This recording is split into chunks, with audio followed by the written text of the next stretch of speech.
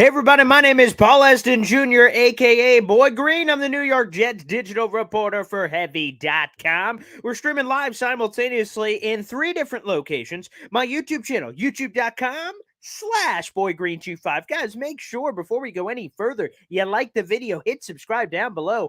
The YouTube subscriber family for the Boy Green channel, the stock is up, baby. It is just shooting high, and it's absolutely spectacular. Thank you guys for all the support on the live streams and the other shows, like Randy Mueller, former NFL general manager. We have our own show. He joins me every Thursday. Thanks to our folks ever at Heavy on Sports. That's a fun show. Hope you guys check that out. And the guest that'll be joining us tonight for this kind of impromptu video. Normally, he joins me every Monday. Our schedules with everything going on in the NFL has been a little crazy. We'll get back to that, so make sure you guys mark that on the calendars for every Monday. Is Will Parkinson. He'll join me in just a second. We're also streaming live on my Twitter account, @BoyGreen25. We're getting close to 10K, baby. I'm going to be honest. I didn't have a number in mind when I joined Twitter a decade ago in April. However, we're getting close to 10,000, baby. That's a number. We're 95 away. So keep that stuff going. And not very often, but you guys can also check out the Boy Green Facebook page as well, @BoyGreen25 on Facebook. We're streaming live there too.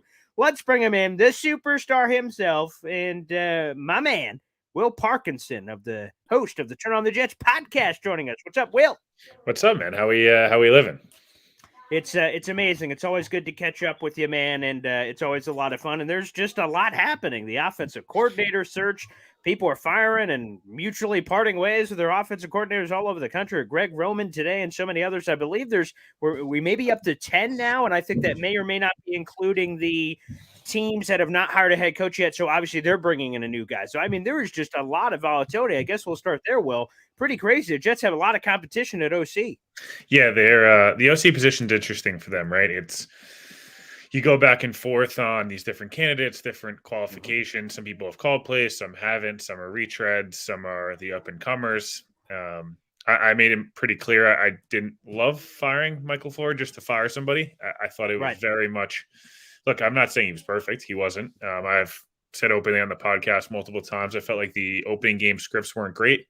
I felt like the red zone stuff last year was better. This year got a little gimmicky. I felt like they got a little timid at times.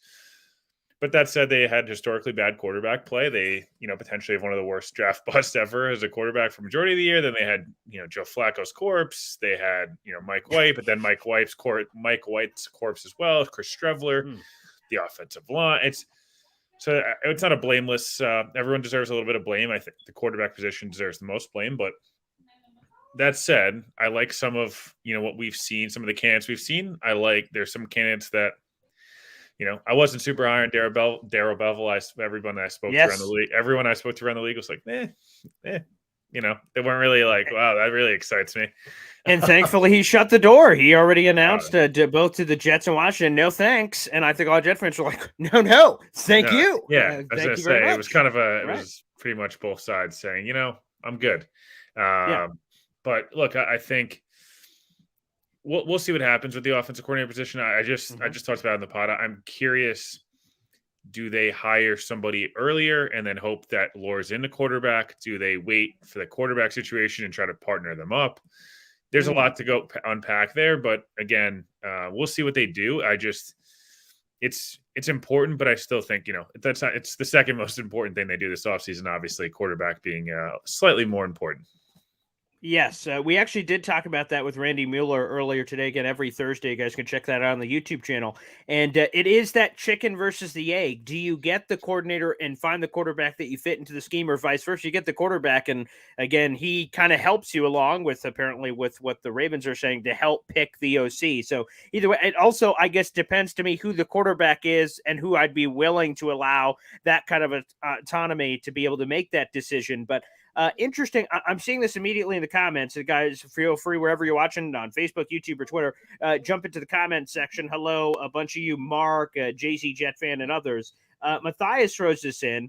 Give your opinion on Greg Roman. So a mutual parting of ways. Obviously, Joe Douglas started with the Ravens organization, so he has strong ties to that organization, and thus would know Greg Roman better than a lot of people. So there is a natural thing there, and obviously he had a lot of success, including Lamar Jackson's MVP season.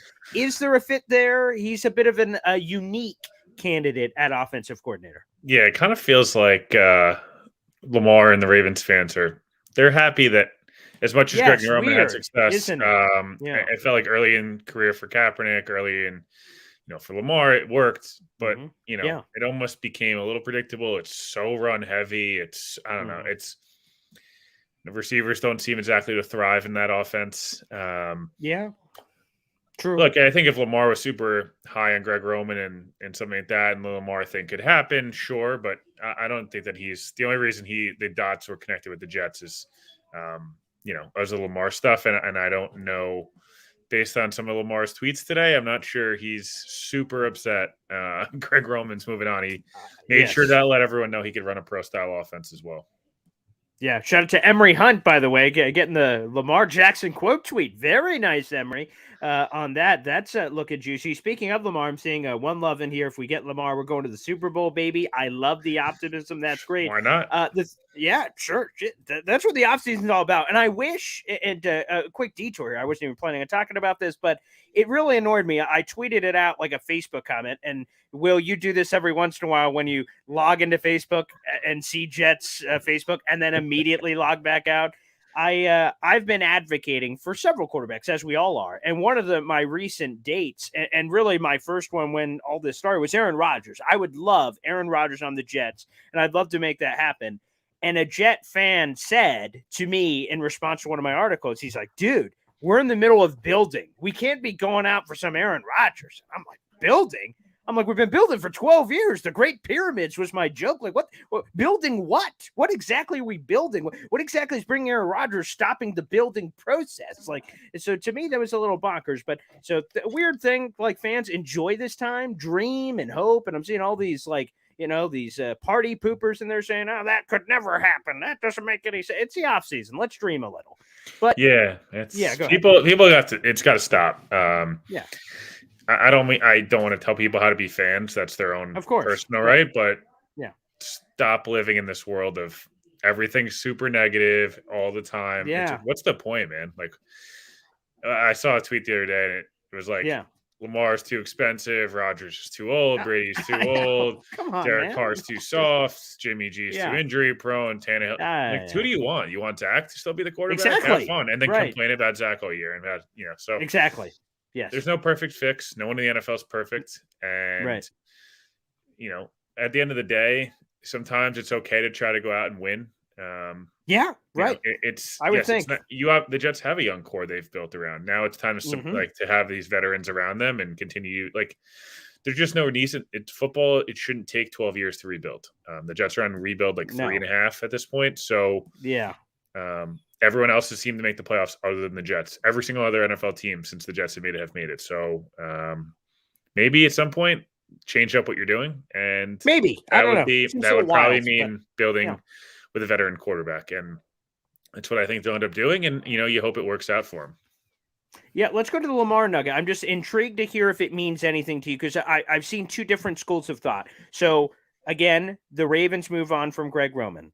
John Harbaugh steps up to the podium and says Lamar Jackson is 200%. What a high number. I don't have my calculator. Didn't know we're doing math on this show. He is 200% the quarterback, and says that also, in addition to that, Lamar is going to help us in the search for an offensive coordinator. I've heard some people say, who gives a flying hoot what he said? Mike Vrabel said last year, as long as I'm the coach, A.J. Brown's going to be playing here. And then, as I said, the SpongeBob joke, 5 minutes later, his ass was traded. So I feel like I kind of take what coaches say at the podium with the grain of salt, especially this. However, the other half, like Connor Hughes is a good example. I saw he was the latest one right before we hopped on here that I saw also is on this. He was not alone. He said the fact that the Ravens are coming out and saying that Lamar Jackson is part of the OC search tells everybody that obviously he's not going to become available.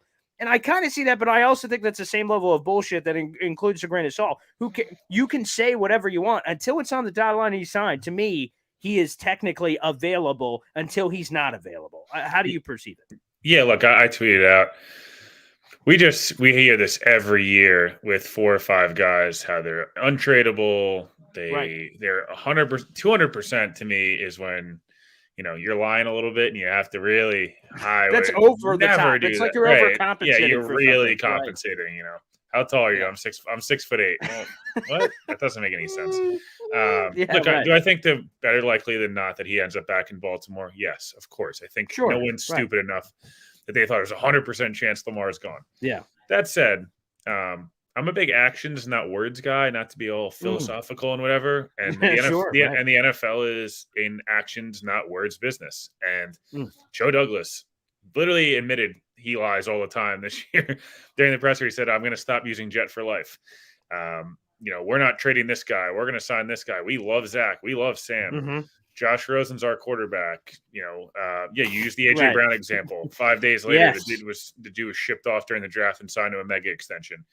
Debo, we would never trade Tyreek Hill. Gone within 36 hours. So Yep. I would just caution people this time of year. Take everything with a grain of salt, especially publicly from teams. The Jets have told you. The Jets told you how much they love Zach Wilson and literally benched him the next day.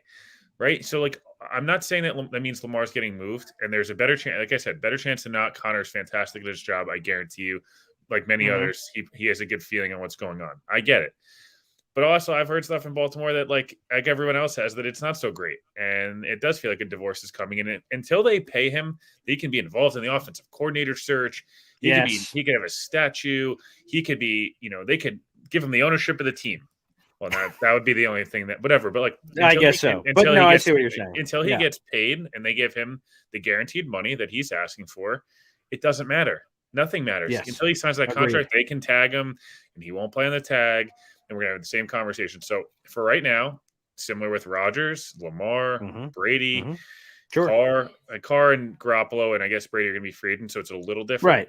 But still. Lamar or Rodgers specifically, I don't know. Rodgers is saying, I'm not going to be part of a rebuild, blah, blah. Like, there's a world in which he gets another mini extension again in a month, and he's back, and all of a sudden his group of Cobb and Tunyon and, his crew is all his back. Homies. Yeah, his homies are all back too. Yeah. So I guess a long-winded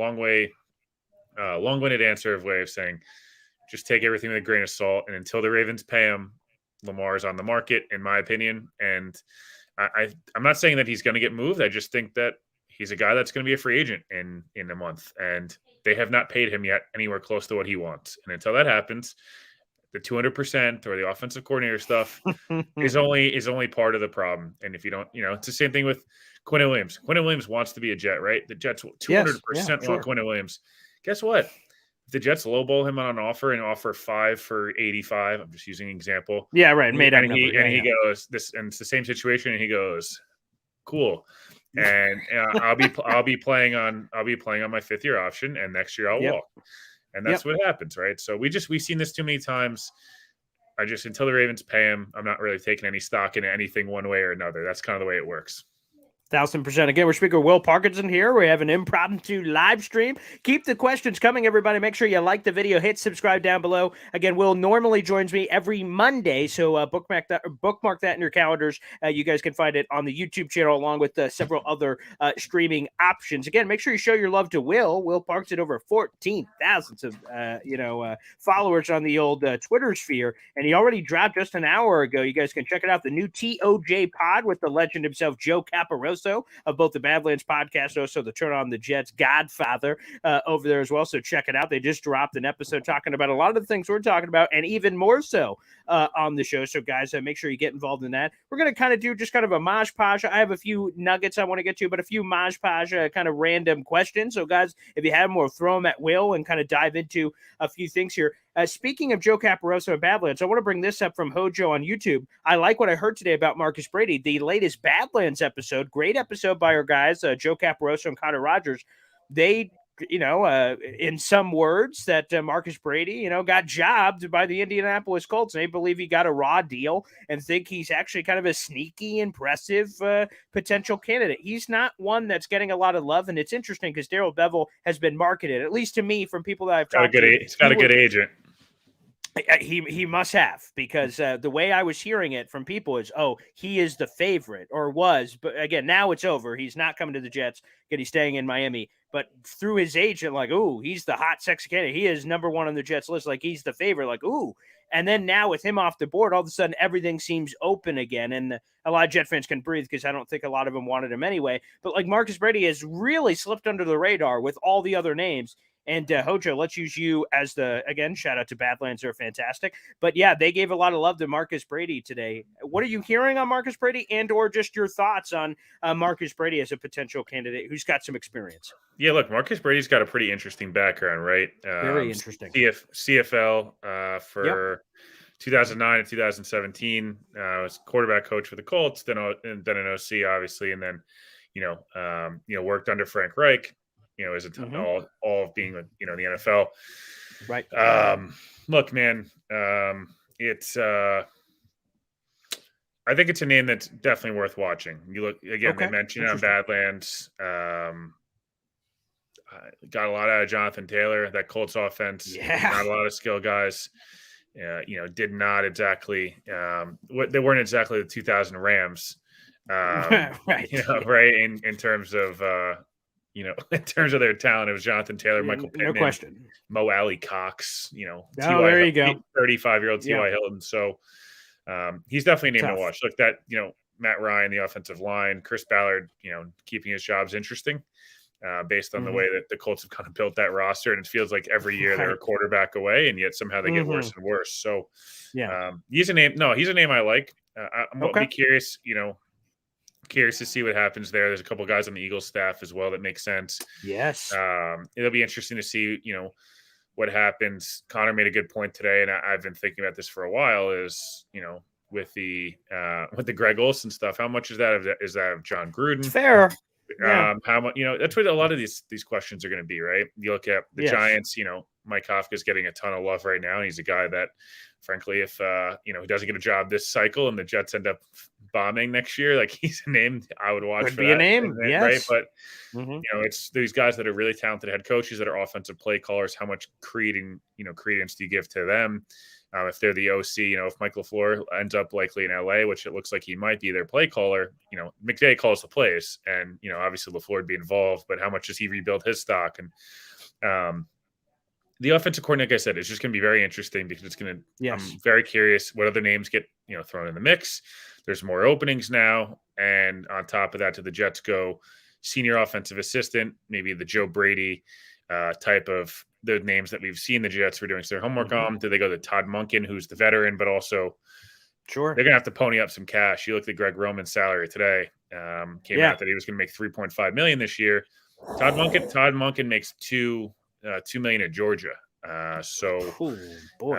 These coaches make a lot more than I think people realize. These coaches, I think you're 100% right. I think you're 100% right on that. But pony up. So we'll see. I'm always curious. I'm just a name that no one's mentioned, but like I think he interviewed last time was Dan Mullen. I'm just curious what would happen. Oh, Florida, yes. Yeah, it was a Florida guy. I don't know. I'm just there's names that kind of everywhere.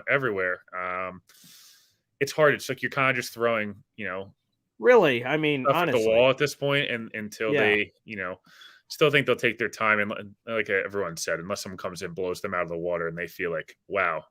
I like the idea of both the Kubiaks. I just, again, I don't know how much Garrett Kubiak really wants to coach. We'll see. Yeah, that's fair. Yeah, that's definitely fair. Let's get to this one. JC Jet fan on the Derek Carr stuff. What is bubbling here now? Derek Carr, again, is the Raiders quarterback. His brother, David Carr, was supposed to release this monster podcast and give it all the dirty deets, but he announced today that that podcast they plan on doing, basically they want to wait. And he's very socially awkward doing a podcast, by the way, very odd, but that's neither here nor there. And all his conversations was very strange. I felt like I was at a weird library and I was chained with a lot of children. He was reading a book I didn't want to hear from. But regardless, he announced in it that he wants to wait for there to be a separation here between Carr and the Raiders, and then him to find his new team before he just apparently unleashes on the Raiders to give us the full story. And again, there was some stuff that dropped today. I saw all over. There's some stuff that dropped today of Josh McDaniels, airing Carr's dirty laundry in front of the team and all that stuff. I had someone ask me the other day. They were like, because I kind of posted, started reaching out. I have an article coming out on Sunday, I believe, with just some quotes from people, around the league and former teammates and things. What do you think of Carr? And, just just kind of a maybe trying to figure out a little bit more in depth on what the Jets could potentially be acquiring. Yeah. And it seems like a lot of the response I got was either pro Carr and said, hey, this year was a fluke. It's all McDaniels. He's not a good head coach. Still, the situation's bad. Some people are saying, Carr's not that great in the red zone. He doesn't like to get hit. So it's varying opinions, and that's why he's on the market. That's why everyone kind of, I think we agree. You could any given year, Carr could be the 8th best quarterback or the 18th best quarterback, and he kind of falls in that class, right? With the Kirk. Yes. He's in that Kirk Cousins, sphere. Which, frankly, if the Jets won 13 games next year, I think everyone would be more than okay with being in that sphere that the Vikings are. Yeah, that's for sure. Yeah. But do I think they're getting Carr? I think he's the most likely option. I'll leave it at that. I would probably say that too. I think if you were percentage-wise breaking it down based on the compensation likely to get him, I keep seeing people throw out the Jets are going to have to move a 2nd and 3rd round pick. I've seen that today. That seems ridiculous. I'm thinking Amari Cooper. I'm thinking 5th, 6th. That's what I'm thinking. I don't know. He has a no trade clause. So there's that. So that already is going to decrease your value. He's getting cut on February 15th. And you're acquiring a contract that you have to pay $40 million of regardless of what happens. There's no chance that if the Jets trade a 2nd or 3rd round pick, I'm going to be heavily critical of the deal. As am I. That would be, again, you're helping out the Raiders. You're giving them a get out of jail free card by doing that, in my opinion. If you do that, let me ask you this, Will, you could just say this is stupid or nothing. I mentioned the Amari Cooper thing from a value standpoint, like maybe that. But even beyond the value thing, the thing that was able to ultimately happen is the Browns were able to rework his deal a little bit. Could you do that just so you give up whatever the late pick is? And I would say a late pick, a day 3 pick, whatever, 5, 6, 7 future. Or even if it's a conditional 2024, it's a 3rd in 2024 if he plays 16, starts 16 games or something. Goes to playoffs or something crazy. Yeah, maybe you could build that. And if you're the Jets, can you shred up the contract a little bit? The draft pick is only so you guarantee you get him. So there's no more competition. After everyone else, you guarantee you get Carr, and then you just work around the money. Could you do that? Is that possible? So my understanding, and again, I'm not the cap expert. I try to know what I'm talking about, but that's Jason, who you also had on your podcast. Jason was on, and I think he mentioned that if you trade for Carr, you basically lock in $40 million of the 121. So you have to inherit it. All right. So you pay him 33 this year, and then 7.5 of 2024 is guaranteed. You have to inherit it, and I think that's another reason why. Again, you're inheriting a contract. It's a 3. I think. First of all, side note, because I know we want to get a couple of other things tackled. Yes, whatever. But if you cut Carr, I think for Carr's sake, you make more money, right? You'd be able to negotiate another deal. Bidding war. If you're another team, you can structure the deal in a more friendly way. The Raiders structured this deal on purpose, knowing this was kind of a make or break it year with Derek Carr. And I remember when it happened, everyone's like, "Whoa, 3 years, 121 million for Derek Carr," and it was like, dude, there's there's a very small chance that he plays the last 2 years of this deal. Like I said, and I think if you're Derek Carr, maybe I'm wrong. But I don't know if he's going to have as big of a market as I think people assume he would. Just because, only from the aspect of there's some of these younger teams. If you're Carolina, even Atlanta, these other teams, you either have guys in house that you've drafted, or you have a pick, or you have a pick in which you could just develop your own guy. And if you're, I think Carr is more of a Colts. Although the Colts probably want to draft Washington. That's what I've been saying. I feel like Washington makes sense. Yeah, but the only issue is is there the ownership stuff? Does that? That's true. That's a fair point. Do they get bought? In the next 2 weeks, and all of a sudden Derek Carr's like, I don't know. I'm just spitballing here. This is obviously kind of just conjecture, or whatever. But of course, right. I don't know. You look around the league, and it's like Tennessee. Are they going to move on from Tannehill? But then that's you're going to pay Derek Carr. I don't know. There's just there's this group of teams that it feels like, if the Ravens were to move on from Lamar, did they go to a more traditional play action pass game? And I don't know. Right. There's just a lot of different things where teams need quarterbacks.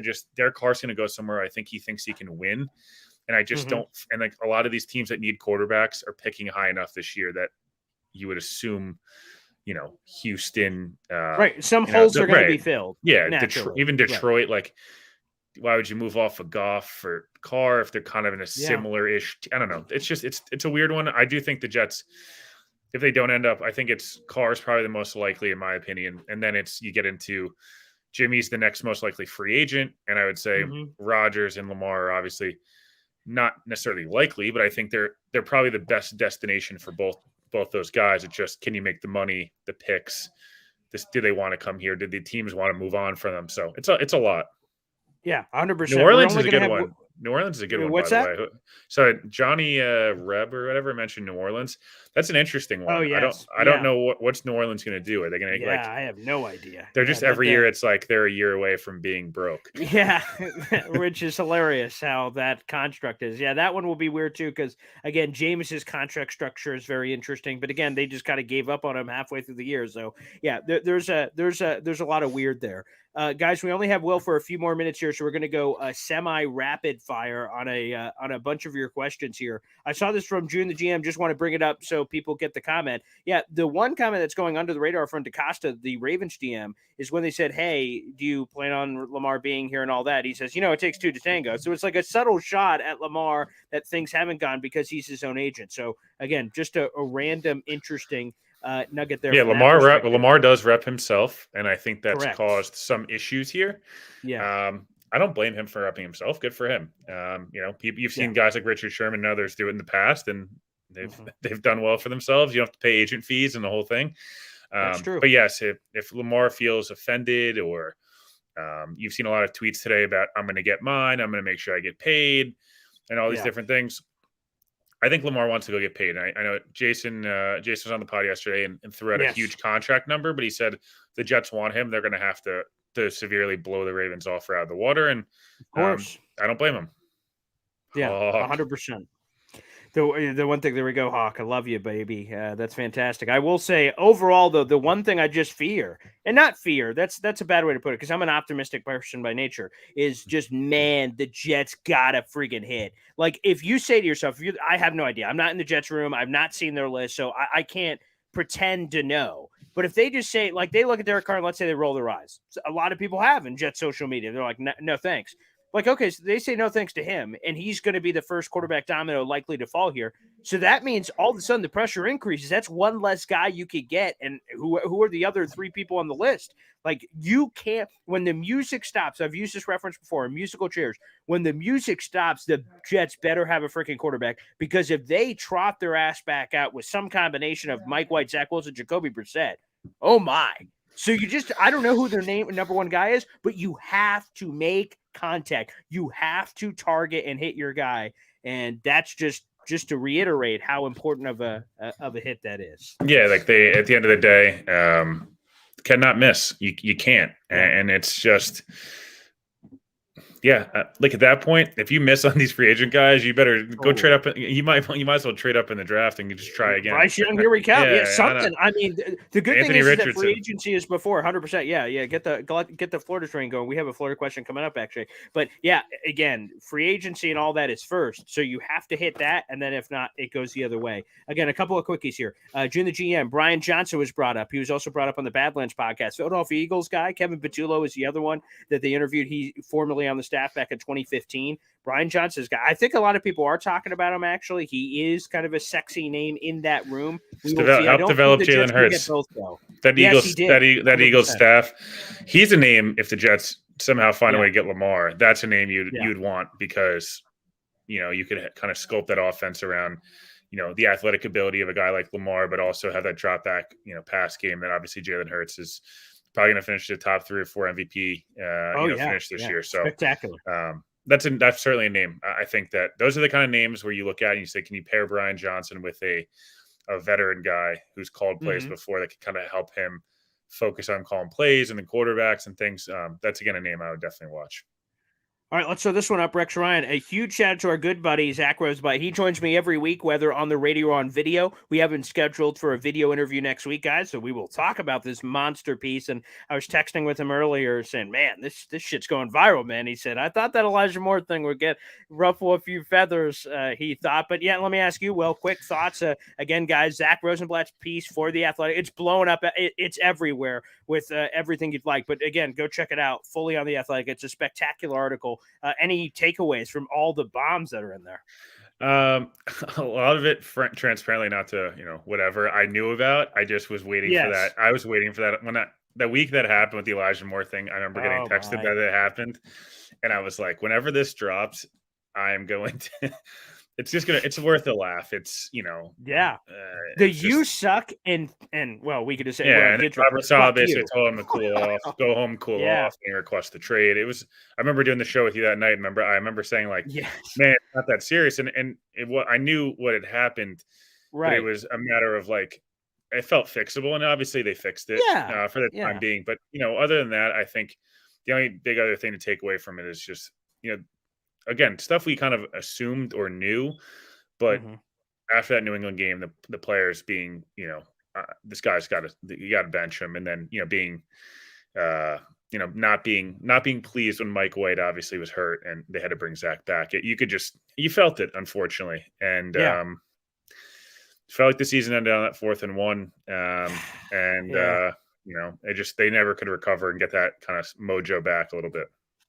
I did not know Zach. By the way, though, it was a great article. Zach did a great job. It's a fantastic piece. Yeah, and one scoop, I'm going to be honest, I had no idea about. Apparently, Zach Wilson had an AC joint sprain the entire time. He had been playing through it the whole season on top of the knee stuff. So I had not heard. I had not know that. I saw him get lit up. Obviously, throughout the season, there have been some times where he got a hit and got up slowly, but I had no idea about the joint sprain. And again, people are going to roll their eyes, say, sure, the mystery injury after the fact of not playing well. But no, that's good reporting. I had not heard that all year long. So shout out on that. So we had a lot of really good scoops. Again, you can read the full thing for The Athletic. Well, Will, I appreciate you just out of nowhere, just jumping on. It's always fun. We just kind of look at each other from across the dance floor. All right, let's do this thing. And then we just mosey on out there and get our groove on. So appreciate it, Will. And I want you to, of course, give a shout out, give a plug to all your great stuff. Again, we mentioned it, Joe Caparosa. That episode's out. Will Pa 11 on Twitter. Also, Jason over the cap, a lot of the capology stuff as well. So give us a bunch of plugs, and obviously we'll be catching back with you on Monday. But give us the plugs, man. Yeah, no, definitely. Episode yesterday around the kind of salary cap stuff, some what these quarterback contracts should look like, what compensation would look like from Jason's perspective, and how the Jets can make some free up money, or what these extensions, things of that nature that I know a lot of people ask me and ask you and whatever. What's this guy going to get? What's this guy going to get? Jason gives a good insight there. The episode with Joe is a little bit more state of the franchise, talking a little quarterbacks. Next week, it'll either be next week or the week after. Tyler Conklin will be on. Sheldon Rankins will be on JFM. So we'll mix those guys in. We'll mix those guys in with some, more of the offseason stuff, and then I'll be down in Mobile in a week and a half. Nice. And, having pods. Actually, my brother who's a scout will be coming on. We'll do live pods every day from the Senior Bowl. So that'll be so cool. Yeah, so it'll be fun. And then I'll be back on a Monday and on the radio with you tomorrow. And by the way, I can't wait for the guests. When you're down in Mobile, which unfortunately I've not had the pleasure. I wanted to go for the Jets. I want to go basically every year, but I have not had the opportunity to go yet. It was going to line up for this one. My daughter turns 1 that weekend. So congratulations. When I went, fiance, she went, shut up. I went, okay, maybe next year. But man, the people that are just kind of crawling around Mobile, that you could just be like, hey, you want to hop on Radio Row style Super Bowl? Like, I'm looking forward to the guests that are going to be on the Will Parkinson show, baby. Yeah, no, we're working on a bunch. But no, I appreciate it. We'll hopefully keep got another a couple of things in the works that I'll start teasing as it gets closer and locked and loaded. All right, beautiful. I'll talk to you on the radio tomorrow. Again, if you guys want overall NFL analysis on the Score 1260 here locally in Syracuse, and we'll talk to him on Monday with some more Jet stuff. Will, thanks, brother. Thanks, man. Talk to you later. All right, guys, so we're going to keep going live here. So if you guys are still in here, feel free to keep dropping stuff. We're going to dive through a bunch of your mailbag stuff. Awesome for Will to join us on the show. Again, he joins me every Monday on my YouTube channel, youtube.com. What is it, folks?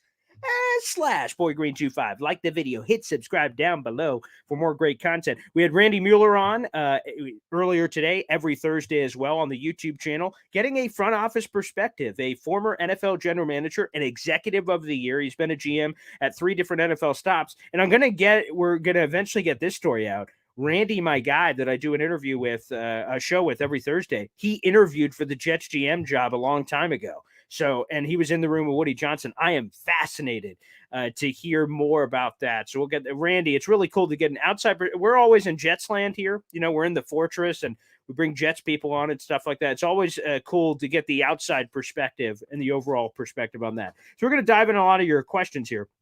I see this one from Finger Lakes Jet fan. Seems like Johnson and Patullo are a package deal. I'd probably push back on that a little bit. The sense I'm getting is that it's going to be one or the other. Now, it would be cool to get both Brian Johnson and Kevin Patullo, but it seems like me more 1+, and then you get like some senior analyst with these guys. Because again, you got to love what they did with Jalen Hurts. You got to love just the Eagles room in general. There's a lot of great vibes coming out of Philly right now.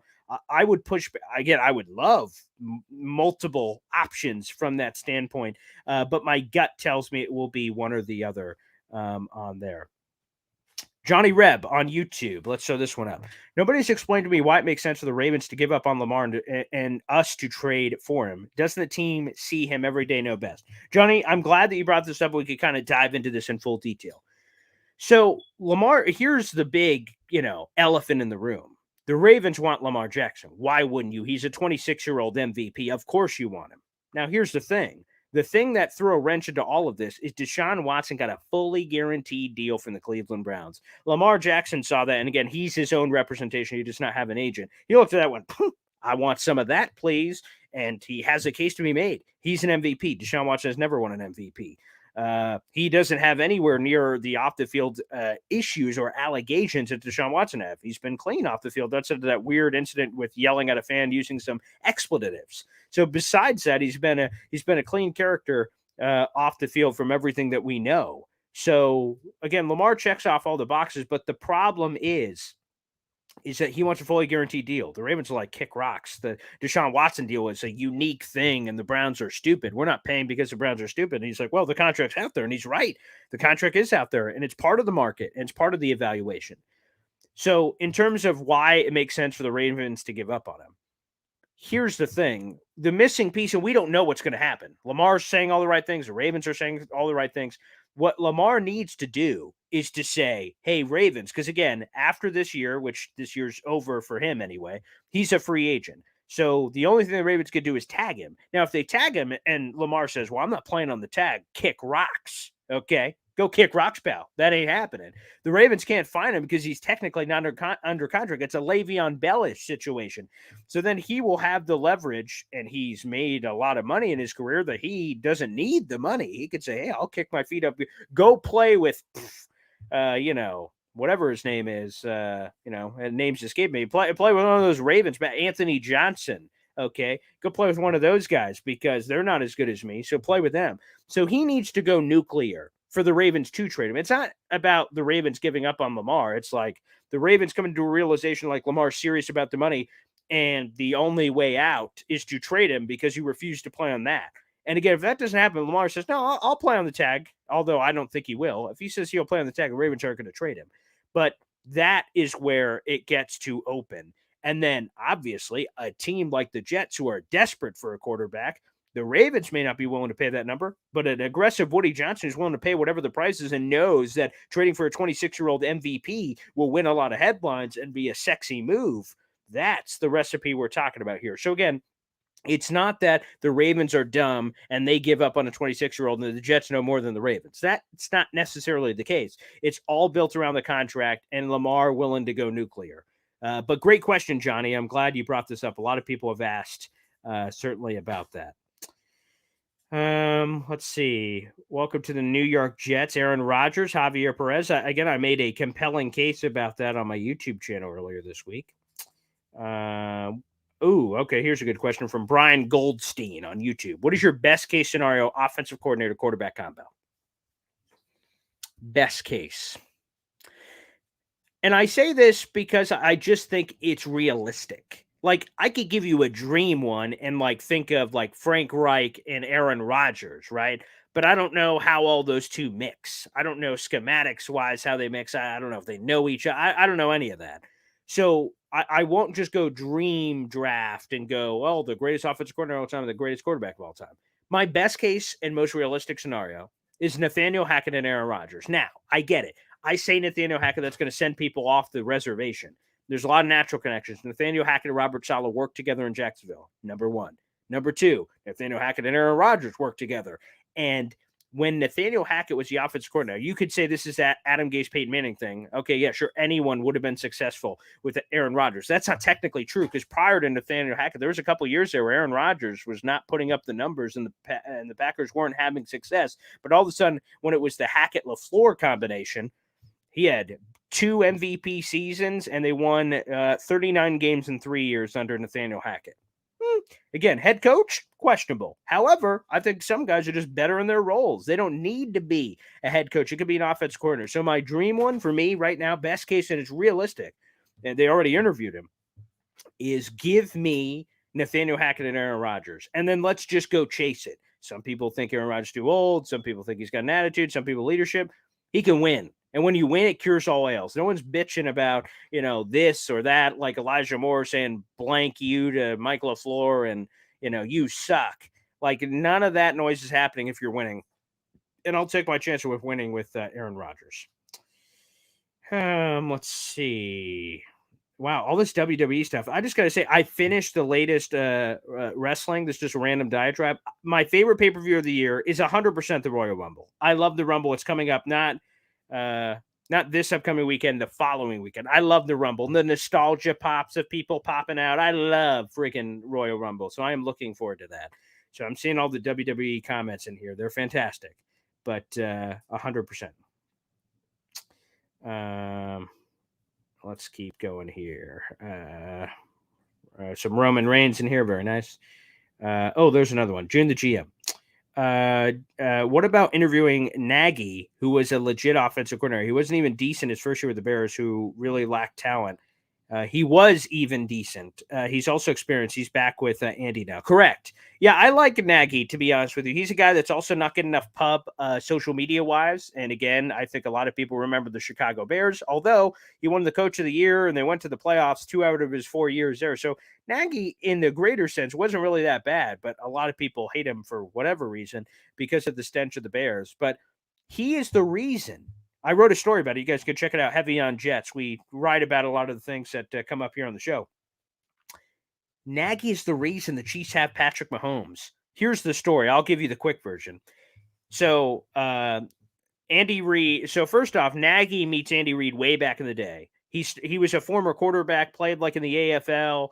Eventually, he meets up and is a coaching intern with Andy Reid in Philadelphia. They develop a good relationship. He ascends the coaching ladder. Andy Reid gets fired by the Eagles. Andy Reid goes to Kansas City. He brings Nagy along with him. And in that it ended up being his last year. But anywho, so they were together in Kansas City for a long time. And what Nagy did ahead of that draft with Patrick Mahomes is they liked Patrick Mahomes. They brought him in for a 30 visit, a top 30 visit. We call it top 30. It's really just a 30 visit. So you bring him in for a 30 visit, and Andy Reid was going to grill Patrick Mahomes on a series of plays. The day before, Nagy, because he loved Mahomes and he wanted the Chiefs to draft Mahomes, Nagy gave Mahomes all of the players they're going to work on a day ahead. So Mahomes obviously killed, as he put it, the mock interview 5-hour session with the Chiefs. And they're like, holy crap, this guy knows all the plays. He's fantastic. But in all reality, Nagy hooked him up. And Nagy is the reason the Chiefs drafted Patrick Mahomes. And Patrick Mahomes is the face of the NFL. So Nagy did some good work with Patrick Mahomes, which I find fascinating. And he's back with the Kansas City Chiefs this year. And obviously they're doing all these wonderful things they're doing. So the head coaching experience, I think, only helps. His history with offense is really interesting. A former quarterback's mind, I really like that too. So I love Nagy, to be honest. He's really high on the list. I have not heard a bunch of pub. Zach Rosenblatt mentioned him in his initial OC article when Mike LaFleur was fired. But besides that, I haven't heard a lot of noise. But I would love to investigate on Nagy. Let's see. If we could get Monken, I'll take Roman. If we can't get Monken, I'll take Roman. I was about to say, I don't think they could be together. But yeah, Todd Monken would be fun. And George, I saw an earlier comment about that. An earlier comment, I can't find it right now, but they said, will money be the only factor? I think he does want to get back to the NFL because, again, he was this close to being the Jets head coach in 2019. So I think he would want to get back to the NFL. So money is part of it, like completely part of it. But I don't know if that's the only thing. But money would have to be. Yeah, he's making $2.1 million per year. He's the highest paid college football assistant in the country right now, and he's won back-to-back national championships. So you got to convince him, quite frankly. Things are going great in Georgia. Why would he leave? So you gotta, they gotta do that. Hawk, Elijah Moore told Mike LaFleur to go F yourself, you fucking suck, dude, in front of everyone, which is hilarious. That, like, he went to that level that apparently he was so, incinerated. He was just so, like, over the top. He was so angry, fuming, that he was willing to say that in front of the whole team, then ultimately got sent home. Like, again, how do you recover from that if you're a coach? When your manhood's kind of called out and you're like, pedigree as like a coach, because it's coach and players. Everyone says you all want to be on the same level, but you're like coach or your boss. So to tell your boss to go blank himself in front of the whole team, if I'm players, I'm like, ooh, like principal's office. Paul, you're to the principal's office. Ooh, ooh wee. That's the ooh wee. When he said that, I'd be like, so what are you gonna say, LaFleur? Like, ooh, that got spicy. And he lasted the rest of the year or so. That ended up working out. Let's keep going. I'll follow Will's voice anyway. He's got a nice voice, that's for sure. I'm trying to catch up here. Thanks, Man Green. I appreciate that. Yeah, I got a few of those, historically speaking. Let's keep going here. Toxic locker room is blame of head coach. Again, I think he did a good job of rallying the troops if you consider where they were in that time of getting all those wins. So at the end of the day, he did, but we will see. Tony, people still believe in the Cowboys. Yeah, I believe the Cowboys will be in the Super Bowl. They lost to 49ers last year. I think Brock Purdy's going to get rocked by this Cowboys defense. That's what I believe. So I think the Cowboys will beat them. And then they have the NFC East matchup. So either the Giants, who they've taken care of business, or the Eagles. And again, they had Cooper Rush the first time, and then the second time Gardner Minshew. So we don't really know the real there. So I like the Cowboys' chances. My dad's also a diehard Cowboys fan, so I'm somewhat biased in that regard. But that's neither here or there. Trin the Great. Today, other channels keep bringing up that BS about how Carr can't play in the cold. It's not like he's on the sideline freezing to death or something. Correlation, causation. I will say this, Trin. So people have been saying this to me. I had a 49ers person reach out that used to cover the Raiders and said, hey, man, he sucks in cold weather. I will say this. There is not enough of a sample size for me to make any parallels, any connections. If he was great in cold weather, I wouldn't say, hey, look, he's great in cold weather. Like, I wouldn't do that because there's still not enough of a sample size either way. He played college at Fresno State. For people who don't know, that's in California. He played for the Oakland Raiders, then Las Vegas Raiders, all on the West Coast. So his sample size of games, Rich Cimini actually he's played 13, 15 games, whatever it is, in a span of a career where he's played basically a decade. That's nowhere near enough for me. I'm not going to be like, well, I can't get him because he sucks in the cold. Like, if he was a cold weather quarterback and he sucked the entire time, does he just suck because he sucks, or does he suck because of cold weather? So to me, I think that is totally overblown, to be honest with you. But different strokes, different folks. Derek Carr would be a very nice option. Again, I ranked him yesterday on Buffalo Jet Fans YouTube channel. My three. Who are my top three? It's Aaron Rodgers in order, Lamar Jackson, and Derek Carr. I believe that was the three in my order. I think Derek Carr is an incredibly safe option, a high floor guy. I think he is he will be rock solid. I think he's a rock solid person from everything I hear about him. A rock solid player. He's just going to be steady Eddie, which is not bad. Not bad, especially after all this up and down nature of Jets quarterback play. But what's the ceiling? That to me is interesting. But I like Carr. Carr, Lamar, or Aaron Rodgers would all be massive upgrades. Jimmy Garoppolo would be a massive upgrade over what the Jets have been getting at quarterback. So no matter what, you're getting an upgrade as long as you get one of those guys. But I think the cold weather is overblown, to be honest. Let's go to Rico the Pup, good supporter of the YouTube channel. By the way, everybody, just a shout out. If you're watching right now, the free way you can contribute to this show, and I appreciate it like nobody's business, is liking the video right now and hitting the subscribe button. That is for free. Anyone who's watching right now could do that on our YouTube channel. Number two, if you want to go above and beyond, if you want to be the teacher's pet, if you want to flex a little, the YouTube Super Chat option is also available where you can throw a little change my tin cup. I'll give you a major shout out on the show and you'll guarantee your comment gets answered. So feel free to, exercise that right on YouTube as well. Rico the Pup here. Outside of QB, what position do you think we attack aggressively, as in seeking a starter in free agency? I like some safety prospects, but that seems like a position we could remedy if we wanted to. So outside of quarterback, what position do you think we could attack aggressively in free agency? So let's see. Linebacker would be one, depending on what they do with Quan and Quincy. I think Quincy's coming back. Quan, I'm less certain. Maybe if he just has loyalty to Robert Saleh and comes back from that perspective, maybe you bring the troops back together. Linebacker makes sense. Defensive tackle. The entire depth of the Jets' interior defensive line is going to be gone outside of guys being resigned. So you have Quinn Williams. Okay, he's great. You have Solomon Thomas, Nathan Shepard, Nathan Shepard, and I'm missing one more. Sheldon Rankins. He's the other one that's shaking free. So defensive tackle is a sneaky one. Like, you got to do something. So defensive tackle, linebacker. Obviously, a center would be potentially interesting, although I may go draft for center personally. And then maybe offensive tackle. But in terms of starter, probably not, because I just don't think it's going to be there. I mean, maybe, but probably not. I'd be fine bringing in an Andre Dillard. I mentioned that at Buffalo Show last night. Former Philadelphia Eagles offensive lineman, former first rounder. Joe Douglas was part of the brass that drafted him. He'll come pretty cheap. Appeared in about 43 games, started in 9 of those, has a little bit of versatility, mainly a left tackle, but he has experience at some of the other positions. He'd be a guy. But in terms of straight up starter, Rico, to answer your question, again, linebacker for sure and defensive tackle. Those are the two. Those are the two for me. And safety's interesting, but I think they keep Whitehead. All right. Let's go to Richard here. We need a mature veteran who never gets hurt. Sign Carr. Yeah, incredibly durable. You got to love that. The only time he got injured was at the end of that year, like he was in the MVP conversation ahead of the playoffs, and then they had to play like Connor Cook at a Michigan State or something. So, yeah, I think he brings you a nice floor, and that is incredibly intriguing. Let's go to James here on our YouTube. What if the Jets get Derek Carr in February? Wouldn't this be our best move? Keep all draft picks and build the offensive line. Yeah, let me establish this. So Will Parkinson seems to suggest that Derek Carr is going to get cut. Who would trade for him? Blah, blah, blah. So if he gets cut, that's happening on February 15th. I've heard from Raiders people that if they are unable to trade him, they will cut him. So I think a lot of NFL teams may look at each other, and I'm not saying collusion, but go, let's let him get cut and screw the Raiders, and then we'll just sign him to whatever we want. He can make visits and things. The great thing about the Derek Carr thing is that most of us, for the quarterback conversations, right, Lamar and everybody else, you have to wait till the league year kicks off, which is the middle of March, okay? For Derek Carr, if he gets cut February 15th, he can immediately sign with another team. We don't have to wait for free agency. So it's a unique advantage for the Jets to potentially get the quarterback position. Boop. Let's say they cut him. He comes and visits the Jets. The Jets give him an offer he can't refuse. They're like, dude, we're going to rebuild you here. He's like, sure, let's go.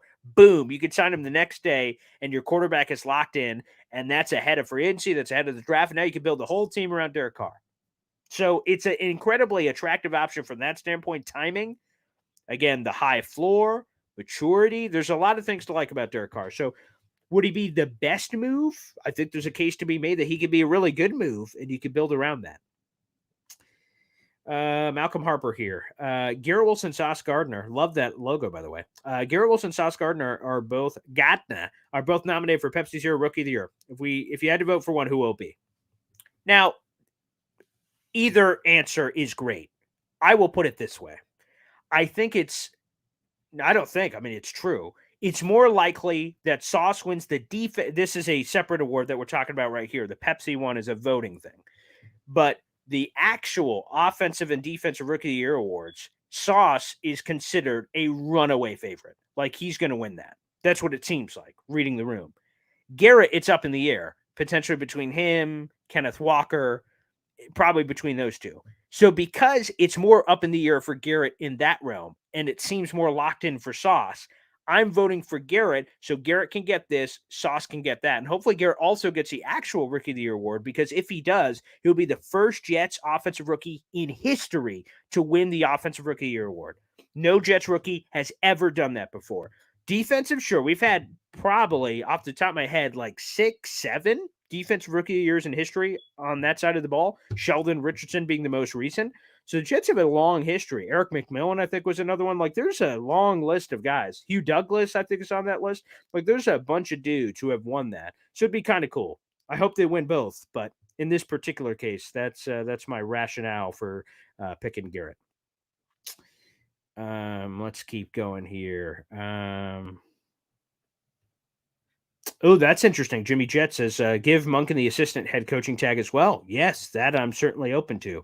I don't know. Let me see. New York assistant head coach. I don't even know who has that title right now on the Jets roster. Is that I'm trying to think here. Is that Ron Middleton maybe? Let me see.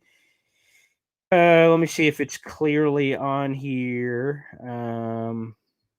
No, I don't even see. I'm on the Jets website right now, just trying to double check. Was that John Benton? Maybe. I don't know. I don't know who the Jets' assistant head coach. I do not have that in front of me. Maybe someone else does, and you'll find it easier. But I do not know off the top of my head who that is. But it could have been John Benton for all I know, or Ron Milton, maybe. I'm not sure. Ron Milton was the one who stepped in for Shaw when he was out, maybe. But yes, that could also be attractive because, again, I think he really wants to be a head coach. Let's go to Chris K. the Fifth, a loyal subscriber. Love you, buddy. With all the potential acquisitions on the horizon, how much of this defense do you believe is realistic to retain for next season as far as free agent goes? I had the list. Let me see if I could find them. Free agent Boy Green. I tweeted this out. And again, guys, feel free to hit me up on the Twitter sphere if you'd like.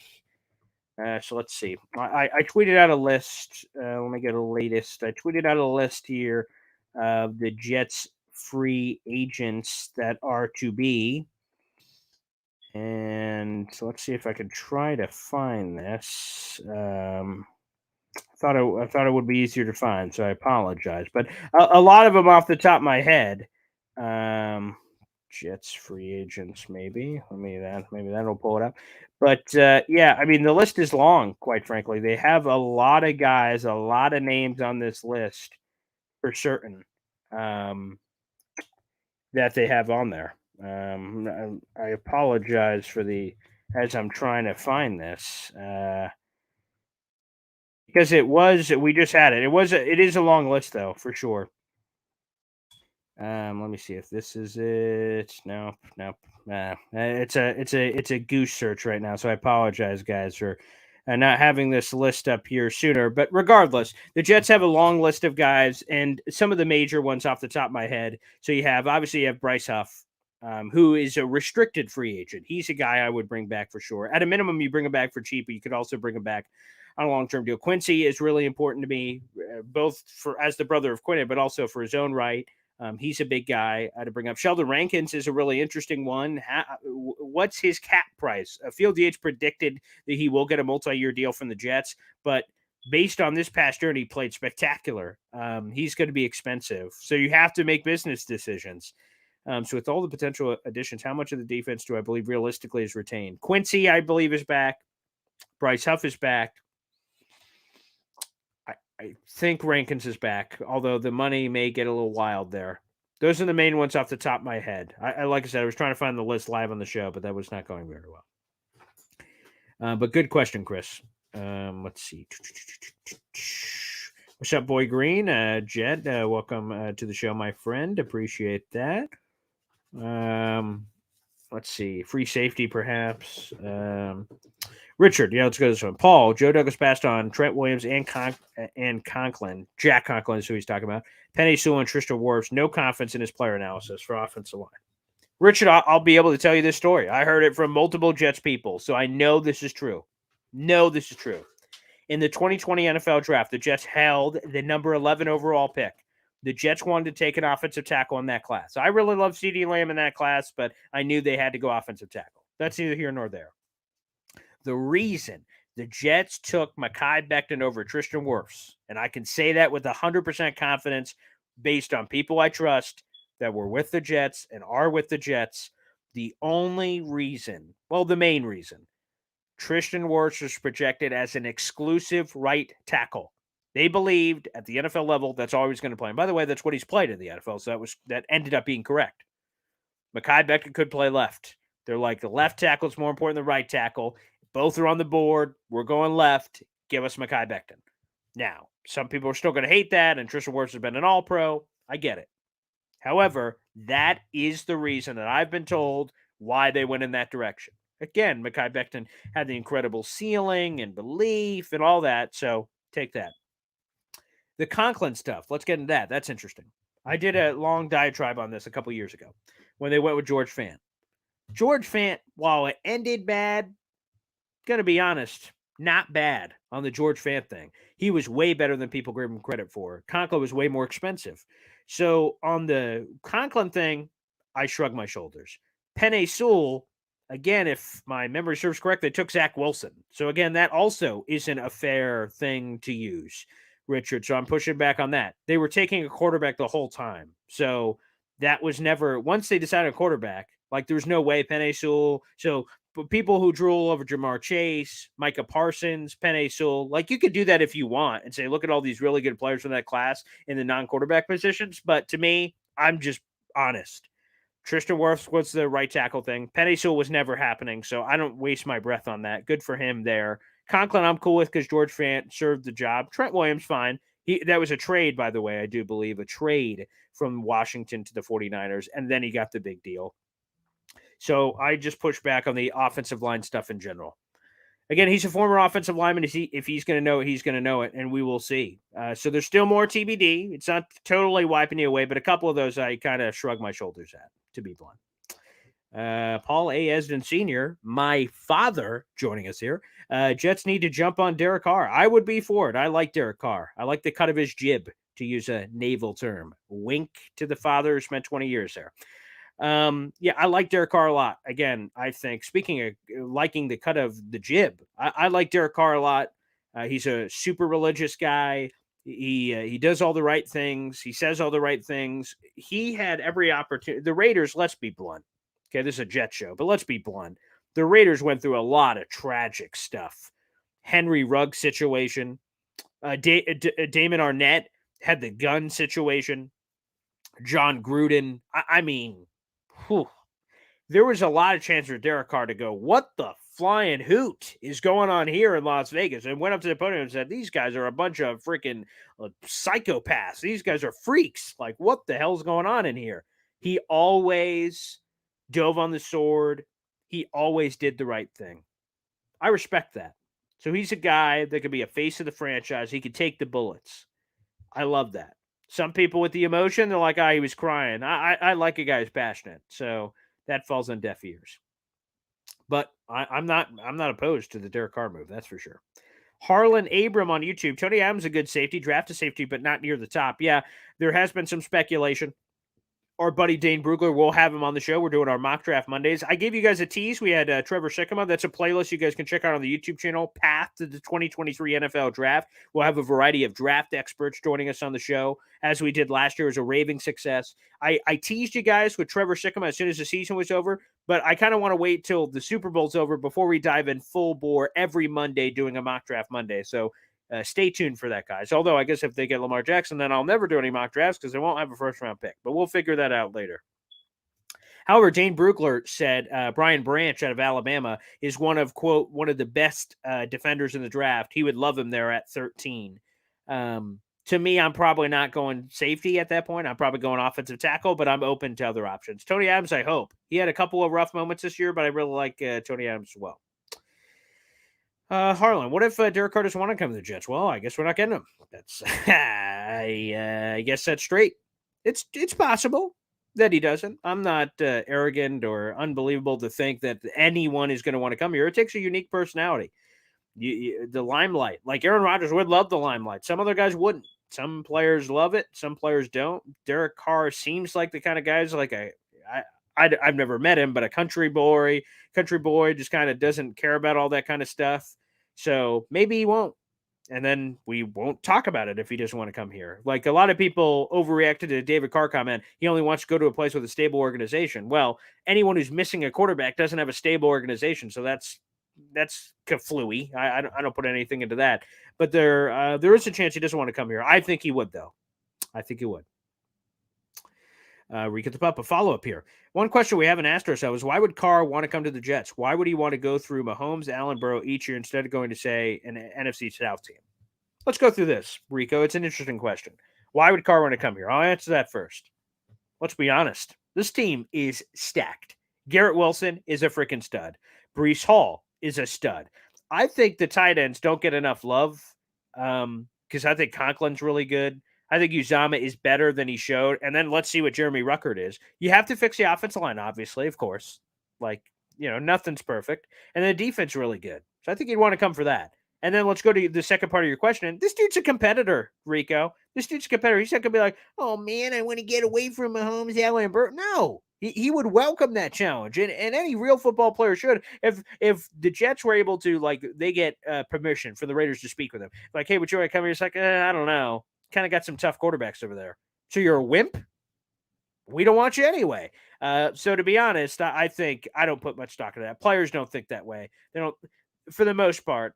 Maybe Brady's of the world will and say, I'm never going back to the AFC. I'm staying in the NFC. Maybe that's what he says. I don't know.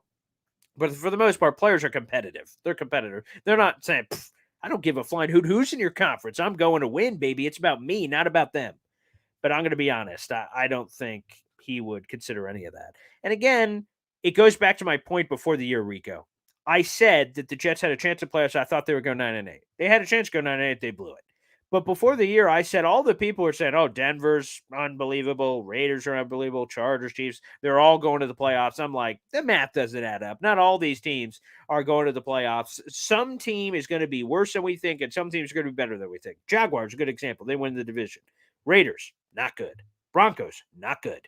So to have these overarching takes like, oh, man, why would we? Man, he's got to compete against these guys or these guys. I don't buy it.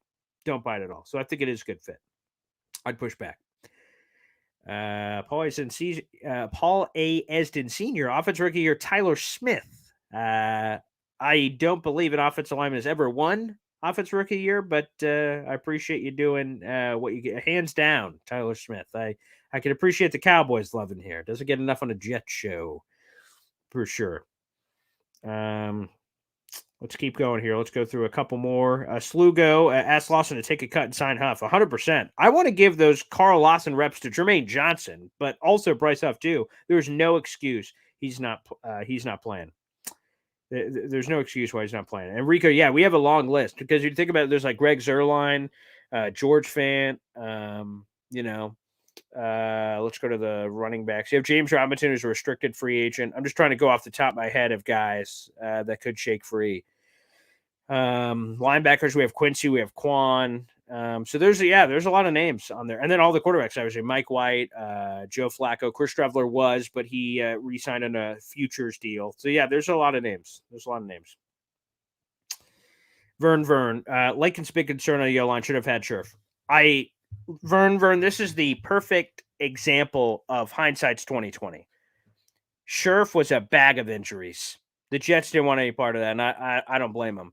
Lakin, system fit, youth, durability. Again, it didn't work this year. There's no doubt. He sucked. He was terrible. Just god-awful. Why? No friggin' clue. It makes no sense why he didn't have to change positions. Elijah Tucker did. He was still at left guard. Same scheme.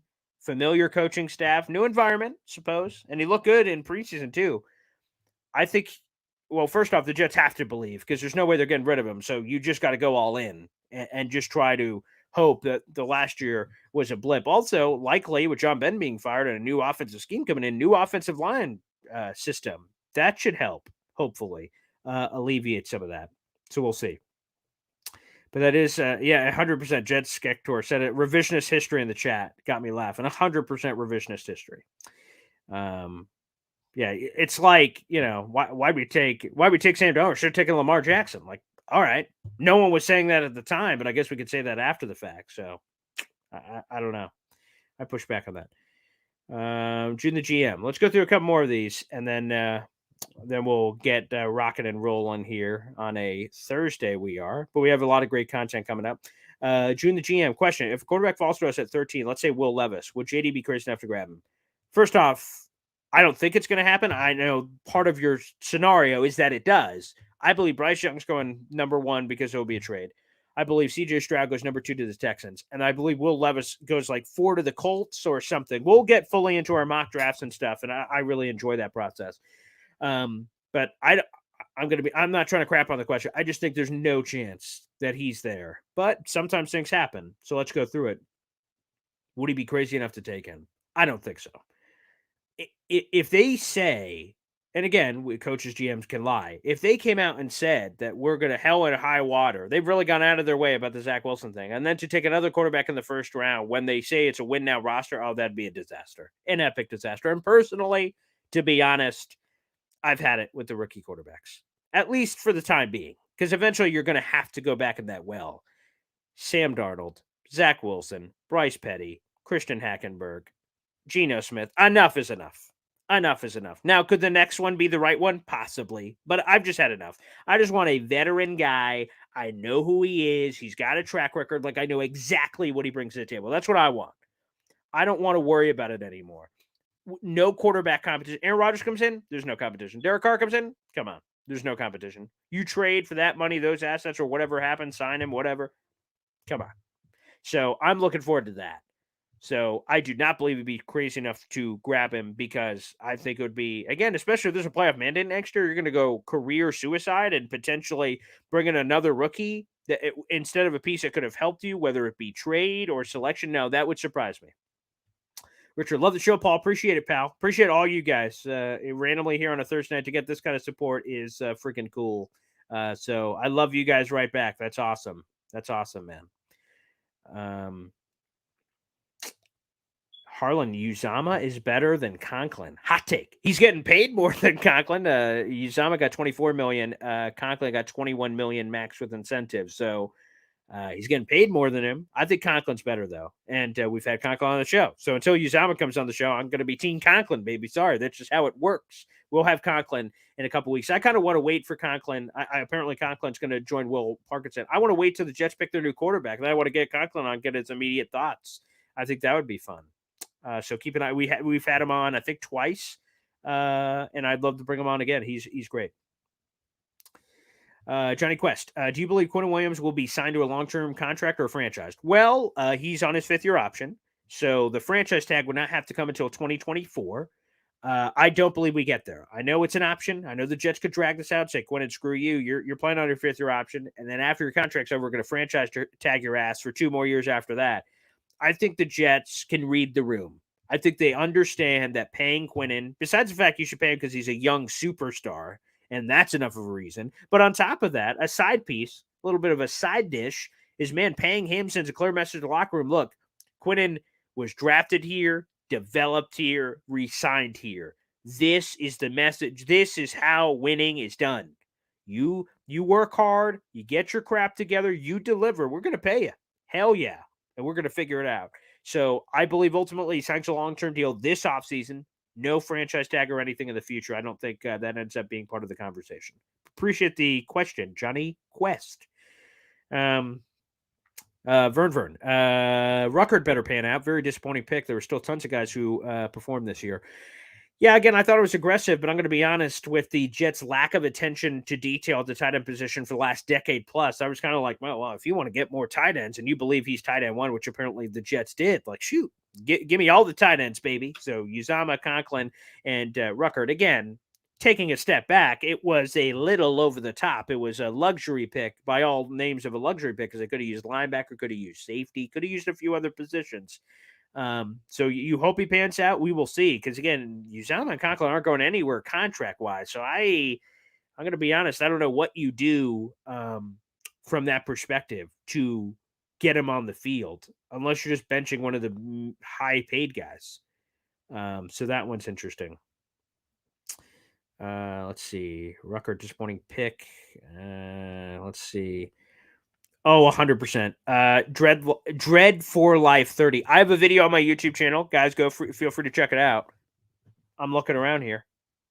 I'm going to be honest. I made fun of Daniel Jones when he was drafted. No cap. I thought it was hilarious. I thought it was a dumbass pick, and the Giants doing dumbass things. I said, they are idiots. And I laughed. I was at a sports bar. Laughed at that pick. However, and his first couple years in the league, all the fumbles, he was a joke.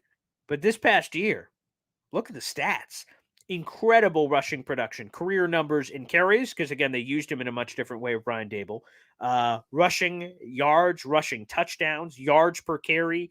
His touchdown reception ratio this year was 15-5, 3-1 in that realm, and add the touchdowns, you get like a 22-5 a touchdown reception ratio. So he cut back on the turnovers, cut back on the fumbles. The passing numbers were solid. So yeah, if somehow he shook free, he'd be interesting. Now, I'm curious with the Giants because my plan before the playoffs was, man, if I'm the Giants, I tag Saquon because he's cheaper. Tag Saquon's about $10 million. And again, he's going to get a lot more than that probably on the open market. So if you tag Daniel Jones, it's $30 million plus. So if you tag him and try to get Saquon, like you could lose both. And there's a way you can't because there's only one franchise tag, so you got to figure it out. But I wonder if the Giants would even risk letting Daniel Jones go. So if you tag him, then he's guaranteed to be back no matter what. But if you don't, I don't know. So I would say if he shakes free 100%, and I would be slapping myself a year ago if this question's asked. I'm like, hell no, Daniel Jones sucks. But after this year, I'm buying in. Is it Brian Dable magic? Is it Daniel Jones realizing something? I don't know. But I love that. Vern, let's be honest. They took Rucker because he's a local Jets fan. I hope that's really not the reason, to be honest with you. To use the 101 overall pick in the third round, a primo selection on that, I mean, yikes. That's wild. Absolutely wild. And they knew him from the Senior Bowl. So there was a lot of realistic connection to why they're drafted, but God, I hope. I mean, that's a cool story. It was a cool story when he was actually drafted. He's a Jets fan, but I really hope that wasn't the reason. That'd be questionable. The Jets really liked him a lot. Trend the Great, Paul Boy should do a call-in portion in the show. I totally call in. We'll look into that in the future. I will tell you, there's some things bubbling behind the scenes. I can't dive into details, but there may be, for the first time, me expanding the show. That's all I can say, is expanding the show potentially, and that could mean big things. Things could look a lot different. Let's just say that. There's some things in the work behind the scenes. Some people have been very impressed with what we've been doing here on the show, and some people are interested in expanding. It's hard to dive into more details, which could open up opportunities for call-in and all kinds of other things. So again, at TBD. I don't want to get too ahead of myself, celebrate before the ink is dry, but there's some things on the horizon, guys, I think you'll be excited about. More on that later. Hit the like button. Yeah, all you guys saying that in here, I love it. Hit the like button. Hit the subscribe button. Again, that's your free way to contribute to the show. It means the world, so I really appreciate it, guys. All right, let's go through a couple quickies here before we sign off. Jack Skector likely was not a better prospect than Rucker. Vern, you're clueless on everything. I loved Isaiah Likely, to be honest, as a mid-round guy. He wasn't better straight up, but like he's a guy I would have taken the 4th or 5th round for sure. I really liked him. NYC Jet for life. Nick Mangold for offensive line coach. Yeah, we had a video on it. I would love it. Nick Mangold volunteered for it. He still works with the Jets mostly for their podcast stuff. But yes, that would be great. That'd be cool. Let's keep going here. Let me final ones here. Yeah, there is a fear of that. Jimmy Jets, if Daniel Jones leaves, Brian Dable, he has nothing. That's definitely possible. He's Daniel Jones better than anything we have, Rico Pup says. That's unfortunately true. FM, Joe Douglas should just realize a massive mistake in not drafting Fields in trade for him. That would be an epic embarrassment. For sure. That would be epic. Yeah, looking forward to the behind the scenes stuff. Yeah, there's some fun stuff coming up, guys, for sure. Okay, let me there's a couple final ones here that we'll get to. Okay. Trading for Fields may be a bigger mistake. Rico the Pup, you got to start doing MMA commentary. That would be fun. I do a lot of other jobs besides the YouTube stuff. I call football games. I do some baseball. Do the radio show, do this show, and do a few other different shows you guys can see, like an NFL show, and we have Jets content in there with Randy Mueller every Thursday. Guys, hope you like that. Will Parkinson every Monday. I do the Buffalo show every Wednesday. We're trying to get content out every day, though. So MMA commentary, that would be next on the list. As you guys learned before, I am testing for my 4th degree black belt on February 25th. So I do Taekwondo every day in all my classes. So I'm testing for 4th degree black belt. That'll be coming up. But I also had an interest in MMA. My dad, who was in here earlier, we watch MMA since the 90s. So I love freaking MMA. That'd be amazing to do MMA commentary. I would love, to talk about, getting in the clinch and, half guards and this stuff and fights and excitement and splash and calling play-by-play and that kind of stuff. That'd be fun. Nothing has been approached me yet, but if people reach out in the future, I'd be open. I want a running quarterback, so Lamar, Danny Dimes, Fields, I see that. Gets dunked on by Jake Asman. Yeah, anything can happen there. FM on the Nathaniel Hackett. Yes, Jacksonville, remember, league leader, also made Blake Bortles look competent. That was nice, for sure. Rico, do it. Plenty of us should. We're into it. 100%. I will have to see. We'll have to expand the army.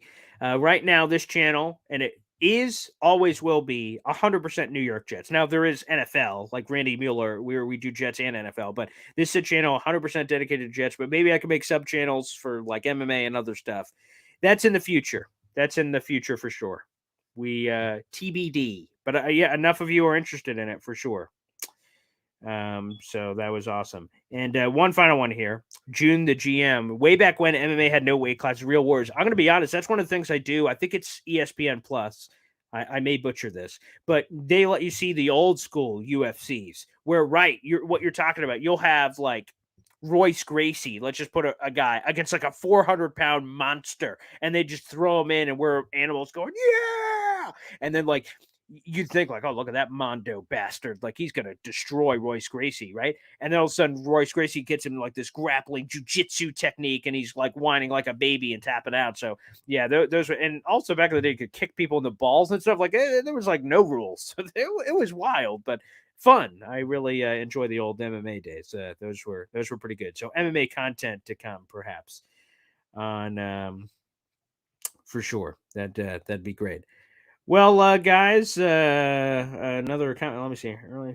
Yeah, Trend the Great here. Oh, here's the other one. I guess it's the latest one. Early UFC was hilariously mismatched, and Gracie just absolutely dominated him. Those fights back in the day were amazing. 100%. Gracie's, and even then we got into the other ages of, like Chuck Liddell, the Iceman, and Tito Ortiz, and I'm a big Uriah Faber fan. We showed that before. So many great ones. John Jones, of course, the New York connections here. But yeah, so MMA is amazing. We'll see if we could dive into that in further content. Again, that could come in the future. That's not something that's coming in the near future, I will be honest. I don't think we'll be able to carve that out, but that's something I'm really intrigued by. That's something I'm super passionate about. So we'll see. Well, guys, thanks. This was an impromptu thing. I just kind of said, you know what? Let's do a live stream. We did one earlier with Randy Mueller, of course, but it's been a while since we've been able to do a live stream. I've been updating just some kind of pre-recorded videos real quick. It's good to do live streams and get to talk with you guys, the fans. Guys, whether you watch with us live and joined us live for this impromptu live stream on a Thursday, or you're watching after the fact, either way, I know there's a lot of people who watch this during their work. They enjoy listening to it after the fact. Guys, if you get a second, please like the video. Hit subscribe down below for more great Jets content. We are surging. We have 3,000 subscribers, and we're shooting up. And if you are on Twitter, I am currently, as I'm looking at this, 93 followers away from 10 friggin' thousand followers. It's friggin' amazing. It's awesome. I just, man, I didn't get into it for the followers, but to see that we're so close, I'm going to be honest. I can't wait to be over 10,000. That's going to be an incredible milestone. So I really hope so. I really hope. I really hope we get there at some point. And I'm seeing this from Vern. Here's the last one. On the new John Jones fight. Yeah, what's your thoughts, real quick?